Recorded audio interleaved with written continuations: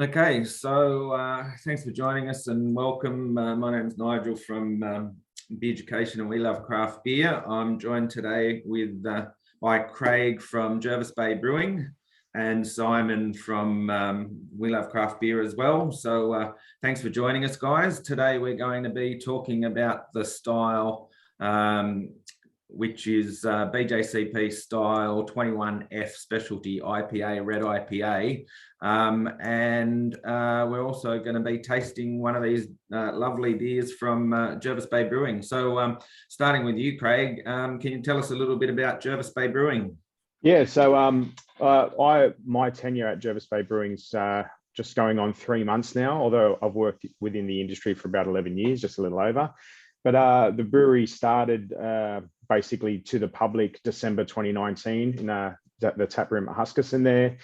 And we've come through bushfires, 2 lockdowns, a couple of years of COVID and some minor flooding to get where we are today. To kind of despite all those challenges, the brewery, the brand, and the 4 founders and directors have built a successful little business. And so much so that last year we were granted a government grant under the Regional Employment Creation Fund, which we had to match some funds. And long story short, it allowed us to build a production brewery across the road from the current taproom site.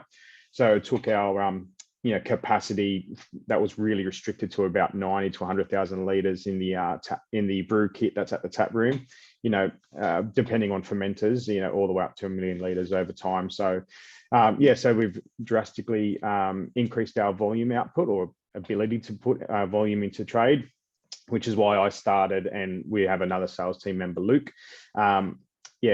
Both of us are basically trying to spread our beers further into the wholesale and retail channel, starting with the South Coast, ACT, and then hopefully by the end of the year into Sydney and beyond.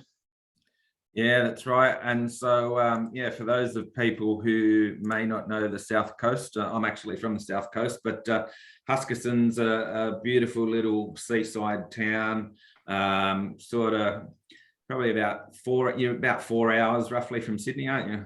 Oh, depending on traffic, but that's anywhere between 2 and 3, depending where in Sydney you are.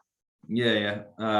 And so, but a beautiful little place and great location. There's, yourself there. There's also another brewery up the road, and the South Coast is full of breweries, as people would know if they follow some of the work that we do. So I'm working with the South Coast Ale Trail, which starts up in Wollongong and comes all the way down here to the border down here in Pambula, and the whole South Coast dotted with beautiful breweries, but also a lovely place to live. And are you originally from around that area, Craig? Or? No, I've only been on the South Coast for a little over 12 months now. Grew up in Sydney, but family and I relocated down to Berry. Just a little over 12 months ago now. So tree/sea change for us. Yeah, never look back.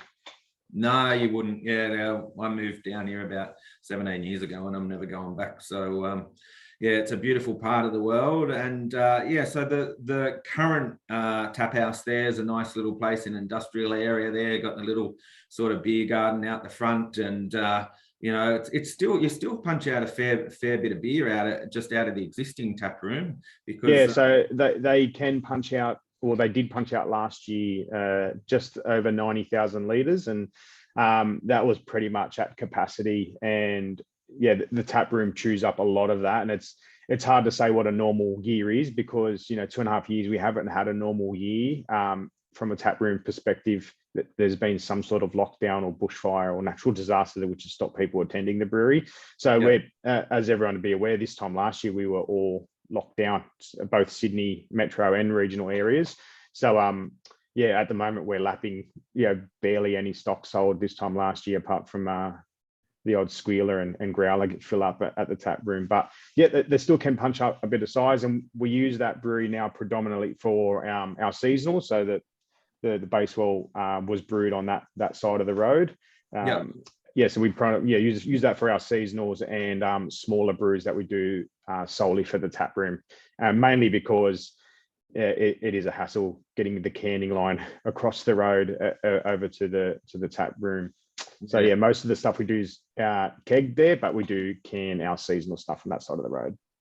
Yeah, and last time I was up there, it's probably maybe it's probably getting on to 2 months ago. They did the first sort of run through the production facility. So how much of it is now going through the production facility completely open and at Yep, full 100% open. Yeah, all of our core range is coming out of that production facility, both from a can perspective and a keg perspective. They have brewed some seasonal release stuff through there.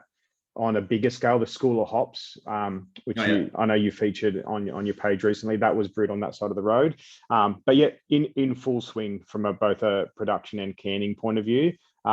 We have done a little bit of contract brewing through there as well, just to kind of make sure the fermenters are full and working for us. All right, so today we're talking about a couple of the seasonal beers, and we're going to focus on one of them in particular, but these two are the ones that you've just released. So there's the Basewell Red IPA and the 15 Fathoms Black IPA. We're going to talk about the Basewell Red IPA. So give us a little bit of a background about this beer and the story behind it. So Oshin, our head brewer, this is a beer he has brewed before. He brewed it around this time last year, or kind of winter last year, and it was quite popular at the tap room. We didn't can it. This is the first time it's been in cans. But yeah, so we decided to have another crack at it again. He brewed a few kegs of this for effectively our Gabs beer, even though it wasn't a Gabs exclusive. We were kind of a first time attendees at the Sydney Gabs this year, and decided this is a good beer to kind of accompany our core range at that festival, which was quite popular. But I mean, I guess, I'll talk a little bit about the red IPA, and this is really top level. I am a salesperson, not a brewer, but so at its core, it's a style that's based on traditional American style IPA, but the malt flavors of an American amber ale, and these darker malts give a slightly sweeter kind of caramel or dark fruit based balance to it all. When I was further reading along over the last week about the style to kind of educate myself as well, the BJCP kind of, what's the word, they liken it, it's the closest subsector or subspecialty style to the irregular American style APA, and I actually didn't realize this myself until I looked into it, but it was only added to the guidelines in 2015. So relative newcomer to the craft beer scene, which is, it seems like there's a new kind of sub-style coming on every other week. But our Basewell Red IPA, so it's as suggested in the tasting notes if you've seen them, and with all the beers that we release here at Jervis Bay Brewing, the Basewell was named after, that rare event of swell that we get on the usually calm beaches here in the Bay. As you pointed out, it's a silver medalist at the recent AIBA Awards. And our Basewell Red IPA comes in at 6.1% ABV with an IBU rating of 50, both which kind of sit towards the lower end of the style guide parameters. And although it sits at 50 IBU, which, on paper, it should be quite bitter, that the perceived bitterness comes through slightly lower because, as we mentioned earlier, it's contrasted by those kind of sweet flavors, stone fruity type flavors from addition of the darker malt. We use 3 hops in this. So we use Chinook, which gives that very forward stone fruit taste that you've tasted at the start. Mosaic, which provides the mango flavor towards the end, and we dry hop largely with Amarillo for that kind of, unmistakable citrusy piney aroma that you get from an IPA. Well, you've nailed it, mate. You've taken all the history. You've put a few style guidelines in there, and basically taken my whole intro out. So well done for that. It means I have to do less. So I'm happy with that. But no, obviously, as you said with the style, it does it's come out of sort of American IPA, American Amber Ale, that sort of thing. And it is a reasonably recent addition to the guidelines, although the beer's probably been around, or the beer has been around for a bit longer than that. The first commercial style that was recorded was in 2000, from a brewery who I'd never actually heard of before, called Midnight Sun Brewery in Anchorage, Alaska, and the beer was called Sockeye Red. And that was recognized as one of the first commercial versions of this style. And they're still making it today. And as soon as I heard that, I thought, geez, I'd like to get my hands on one of those. If that's the sort of benchmark, I'd like to get my hands on one. So I Googled desperately, but nothing available in Australia, unfortunately. No luck. Yeah, so that's sort of the background of the style and where it came from. As you said, the IBU range is 40 to 70, and the ABV range is 5.5 to 7.5. So it's still got the sort of big IPA, bold sort of flavors, and the alcohol content's up there. And of course, it's a heavily hopped beer, but I think one of the differences, and when we look at characteristics, comparing them to, say, an amber ale or comparing them to the IPA, the real difference between, firstly, with American IPA is, this is a sweeter beer. It's more balanced. It's got more caramel malts. It's got all that sort of, sweetness to balance off the bitterness of the IPA. And when we compare it to an amber ale, it's just it's like an amped up amber ale. So it's, like amber ale is a bit like the pale ale, and this is like the IPA version of it. So it's like the amped up version of an amber ale. But often, and the interesting thing is, when you read, or when somebody says red ale, which is again more of a sort of subcategory, a style rather than a specific style, people say, oh, red ale, and there's this one and there's that one and that one. And often when you dig in a little bit deeper, they're not actually red IPAs, or they're not maybe true to that style, because you've got Irish red ales and you've got amber ales. Quite often there's a real blurred line between a lot of them. But look, as far as I'm concerned, if it's sort of darkish and sweet, I'm happy to call it a red IPA or a red ale, and they're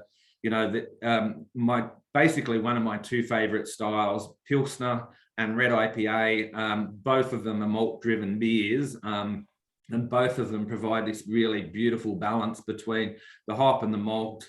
And for me, the great thing about these sort of red and brown ales and amber ales is that sort of way that, again, they sort of find this delicate balance between the bitterness of the hops, the sweetness of the malts, and it just feels like it's like a party in your mouth, really, because you get the different layers rather than all the hop or all the malt. It's just got this beautiful balance that goes on in between. So it's one of my favorite styles.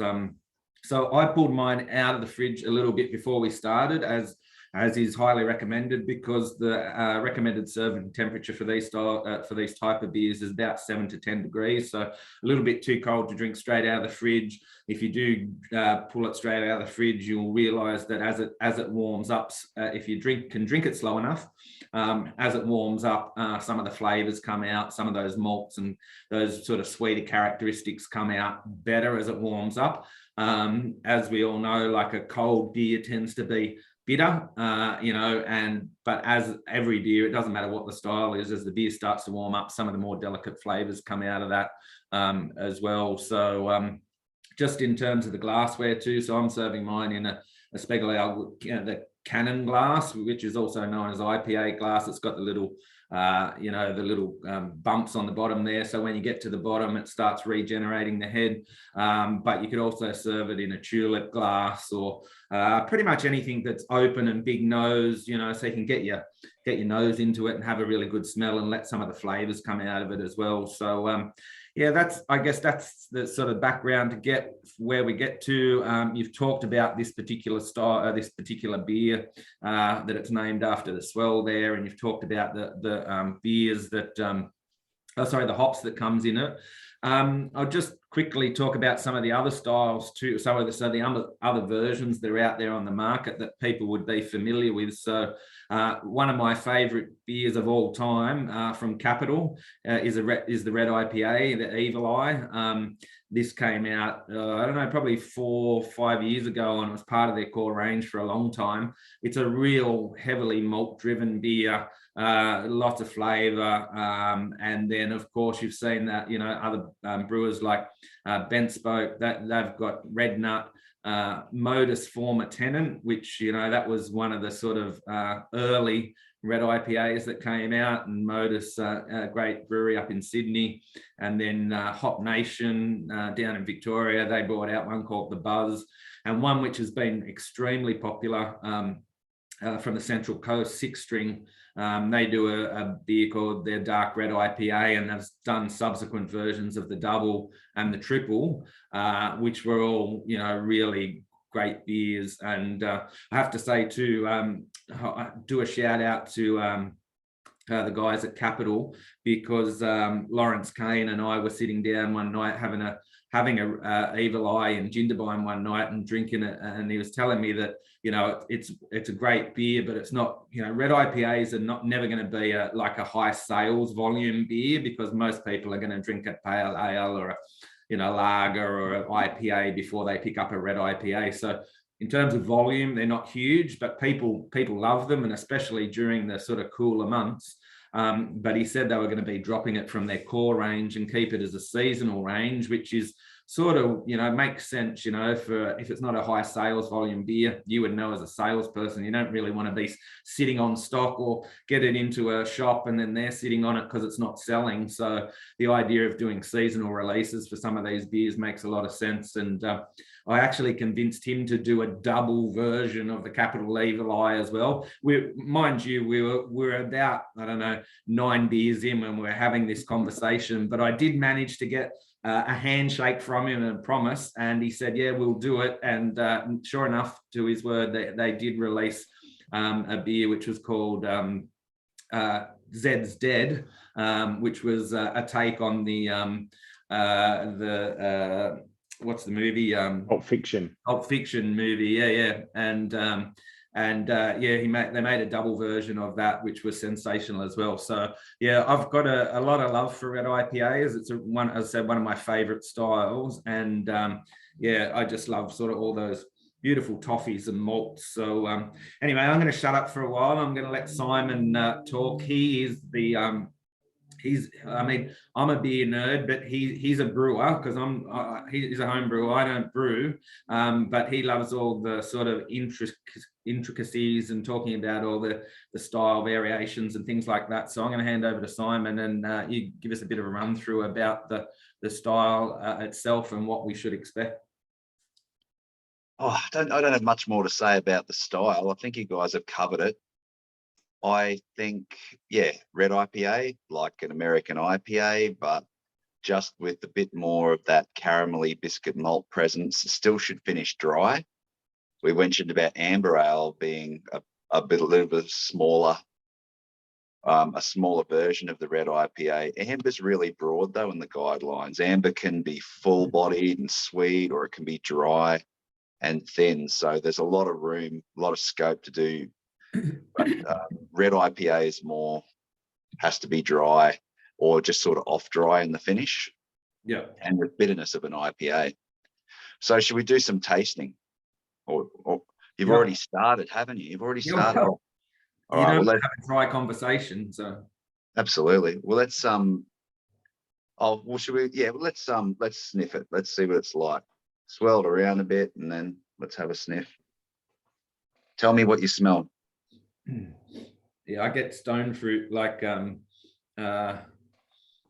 of maybe not quite plum, but like a nice, you know, there's almost like a bit of like a vinous, like a sort of not a wine, but a, you know, a stewed fruit type aroma. Mm-hmm. And of course, there's sort of the sweet caramel malt that comes through as well. Yeah.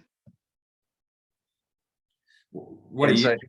You're drinking? What's your one, Simon? Yeah, I've got something a bit different which arrived this week. What is this? King River Brewing. Yeah. Red IPA. Yeah, I mean, it's similar sort of. It's what you'd call American hop sort of characteristics: pine, resin, citrus, grapefruit, stone fruit, and you should get a difference between like a a pale ale or an amber ale and a red IPA, you should be getting more of the pine, more on the pine, because it's more hop forward. Whereas in the pale ales and the ambers, the pine tends to give way to more citrus and grapefruit stuff. Yep. Yeah. And the malt spectrum, yeah, you want to smell something different. That's where the difference really wants to kick in from a normal IPA. You want to smell something, maybe caramel, toast, even a bit of biscuit. That I noticed that's not on the guidelines, but sometimes you can pick up a bit of biscuit, dark caramel, toffee, dark fruit, as you mentioned earlier. Yeah. Toffee's a nice one. I love the smell of toffee. You remember when you used to go to, I don't know, your school fete, and somebody would get those little cup, those little cup things, and they just put all toffee in it, like just melted toffee in it. Oh yeah, I know what you mean. Just grab one of those and try and bite it, and you break your teeth, or just suck on it for an hour and a half, and then drop it in the seat of the chair or something like that, and it'd melt in mum's car or something. But those little toffee things, and the color too. I mean, you can see, if I get the angle right there, the color, it's sort of like a nice sort of brown reddish tinge. Yeah. It looks dark when you hold it up in front of the light sometimes, but it's got a beautiful sort of toffee color to it as well. I like them like that ruby garnet type red, but it's a really small window to hit to get that. It's really tricky. Yeah. And yeah, so light esters optional. We shouldn't get esters and phenols. No pepper. And none of those banana-y bubblegum esters that you'd get in your Belgian beers. No. Yeah. Happy with that? Yeah. Shall we taste it? Sweet.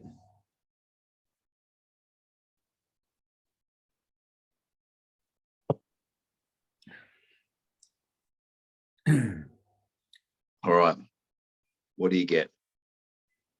Again, I get malt is the key thing, especially first up, the malt. That sort of sweetness that sort of coats the tongue nicely and gives you a nice round feeling and a warm feeling in your mouth. Again, like that toffee that you just suck on, like what are those Werther's sort of toffee things, that those caramelly sort of lollies that your grandma used to have in the little cans. Those sort of, it's just that sort of nice, rich, sweet, caramelized, sugar, lovely here. And then at the end of all of that, that's when the bitterness comes in, because initially it's just sort of sweet and smooth, and then just as it falls off the side of the tongue, and the remaining, the side of the tongue, I get that bitterness, but still on the top of the tongue is that nice sort of sweet coated caramel. That sort of, it's like when you eat a chocolate, 5 minutes later you can still feel the chocolate on your tongue. Like with this, you can still feel the sweet caramel malts on your tongue as well. Yeah. And that's what you want. You want this big, rich sort of caramel toffee flavor, and sometimes hints of those other things, biscuit, toast. And that with the hop oils, a bit of carbonation, it feels really full. Yeah. In your mouth, it feels like there's a lot going on. And then you just get those pine as well on top of that. Yeah. And that citrus, those flavors just sort of ride the wave, and it's sort of, they all work together.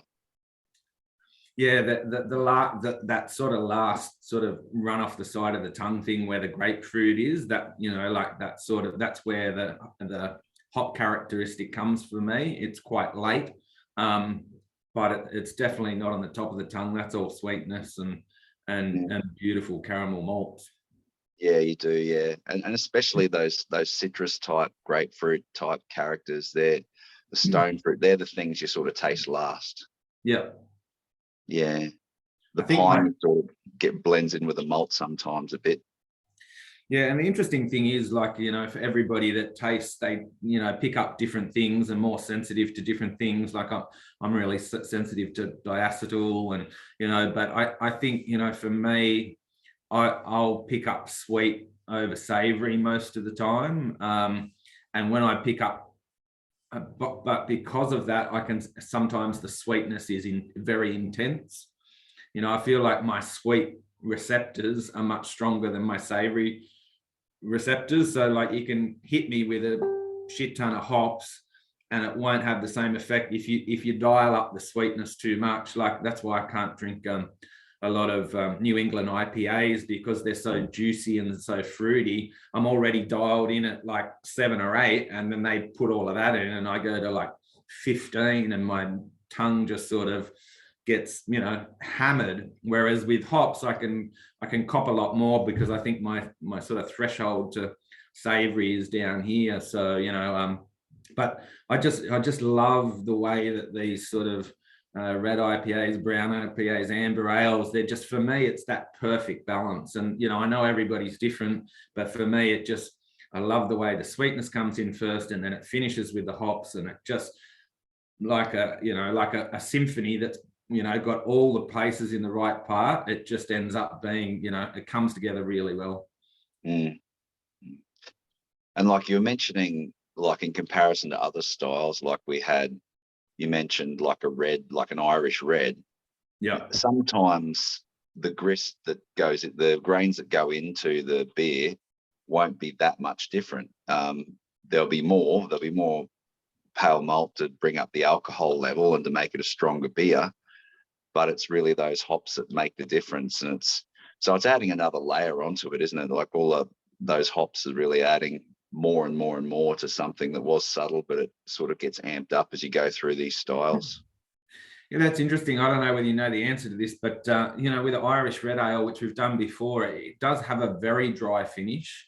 They're obviously not as heavily as hopped as this. They don't use American hops. They use sort of, you know, UK hops, which are more floral and probably more earthy and stuff like that. But if the malt profile was the same, the hop characteristic is the change. But how? Because you said this finish is dry. I mean, compared to an Irish red, it's not dry at all. So how do you end up with a drier mouthfeel in the Irish red than you would in this? What would be the difference? There's a whole lot. One is the alcohol. It's a bigger beer, so there's more alcohol, there's more malt presence, which makes it feel bigger in your mouth, and that hangs on and lingers. The hops linger in the finish, which makes it feel less dry. But in water actually has a lot to do with it. Brewers talk a lot about the balance between chloride and sulfate in the water. Yeah. And so if you've got sulfate heavy water, you end up with a dry type style. And Burton IPA, Burton beers from Burton-on-Trent are the big example, like, of this really heavy sulfate level stuff. And so that's part of what happens with the beers. It's, if you've got that high sulfate level, that really dries them out quickly. Okay. Whereas if that ratio is more levered towards the chloride, you get a longer finish. Okay. Well, it doesn't feel as dry. Yeah. But then you've also got the yeast you use. Some eat up all the sugars, some leave a bit more. And so so there's a whole lot of stuff that sort of comes together to give you what you end up with in the end. Yeah. All right. So back to the characteristics. Where are we at with that? Well, we've talked about flavor. We've already talked a little bit about mouthfeel. Did we want to talk anything more about flavor? We've talked about the hop, about the malt, and the finish. How did it finish? Does it finish dry? I don't find it. I guess it depends what you're comparing it to. You know, I mean, in a spectrum from, you know, really dry to not dry, or whatever that, you know, wet, moist, or whatever. It's probably around halfway, I reckon, for me.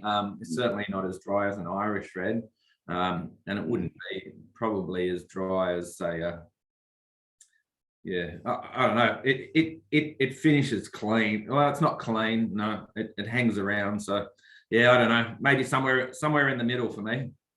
Sure. Yeah. That's what I mean. I think you get a lingering bitterness and the lingering hop presence, which I think makes it feel less dry. Definitely get the makes you feel like- lingering bitterness is like kind of opposite to Nige. I'm not a huge IPA drinker, but I do appreciate the black and red IPA styles because of that roast characteristic that it gives. It kind of cuts through the bitterness a little bit, and you don't get it till right at the end. So I actually don't find this very bitter at all until right at the end. And like Nigel, I've had mine open for 50 minutes now, and you're starting to get a little bit more as that warms up. Yeah. Yeah, for sure. Yeah, so we've covered off on, I guess, on most of those characteristics. Is there anything you wanted to come back to with the style there, Simon? Or Not too much more. Like mouthfeel, medium light to medium body, and a smooth texture. Like I said, this is red IPA is a bit more dialed in. And I think what we were talking about, or when I looked at your notes, you can see why it has to be really dialed in and strict about body and about all these things, because all of a sudden, if it's less hoppy, it's an American amber. If it's not dark enough, it's an IPA. So you can see why these things are quite narrow in their spectrum. yeah. Yeah, you can get a bit of haze because those hop oils in IPAs, pale ales, these give you a bit of haze. Can't get away with it too much. Actually lacing, like I've been swirling the hell out of this, but you can see it's it's laced on the glass, and a little bit of legs running down the side, and you can see a little bit of that oil sort of sticking to the side of the glass, which is nice. Yeah, but that's pretty well. I'm happy with that. All right, so we've covered off on the characteristics. We talked about the style and the comparisons, and I guess that thing about this style is as we said, like it's a pretty narrow subset. It's sort of moved. It's a dialed up aspect of the American amber ale. It's a sweeter version of the American IPA, and obviously the color.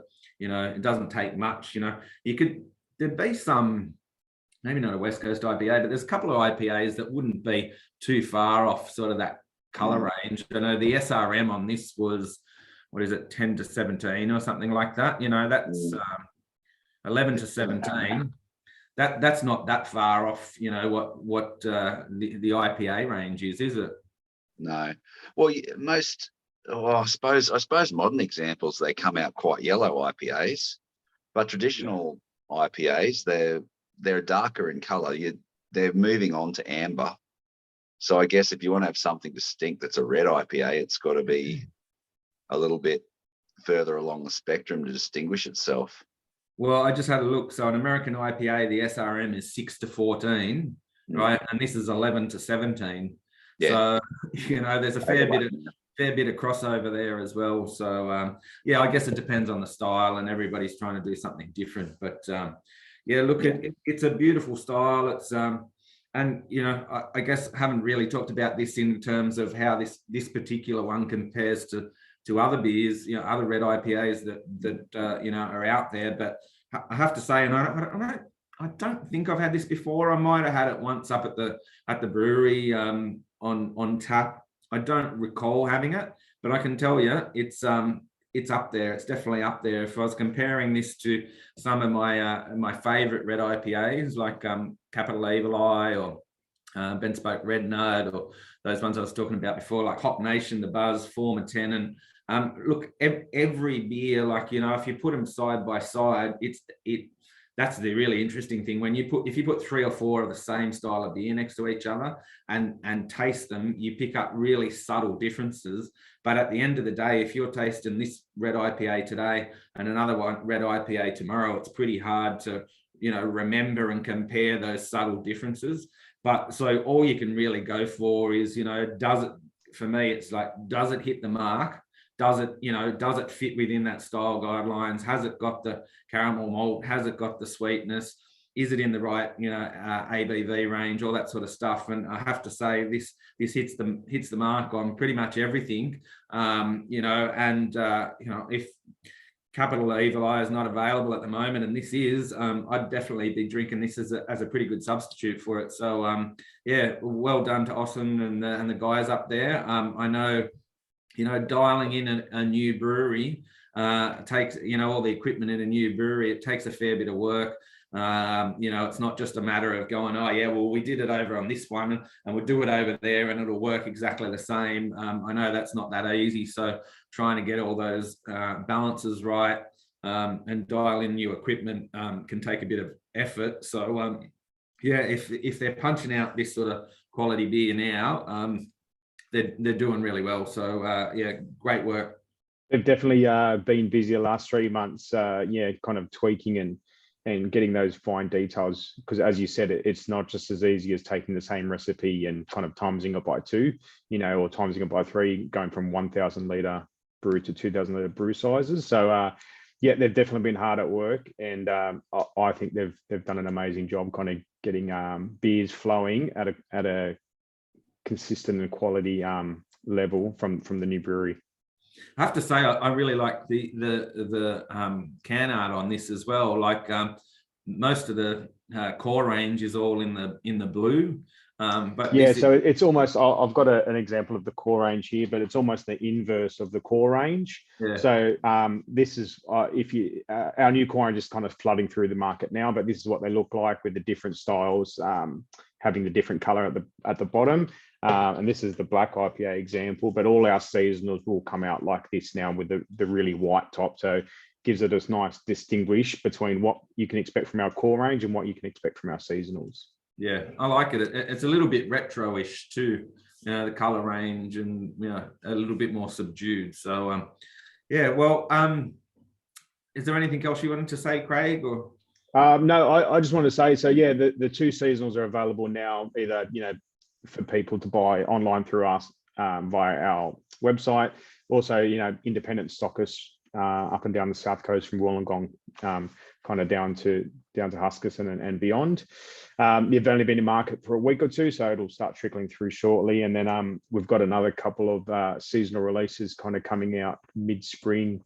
So and to your point earlier, the point of difference for our seasons is we've got a very sessionable core range, and we've done that on purpose. It fits the climate and it fits the kind of lifestyle that people expect on the coast. And what we try to do with our seasonals is try and offer something a little bit different, for drinking at different times of the year. And it's popular. We will sell this out and move on to some lighter styles kind of come spring.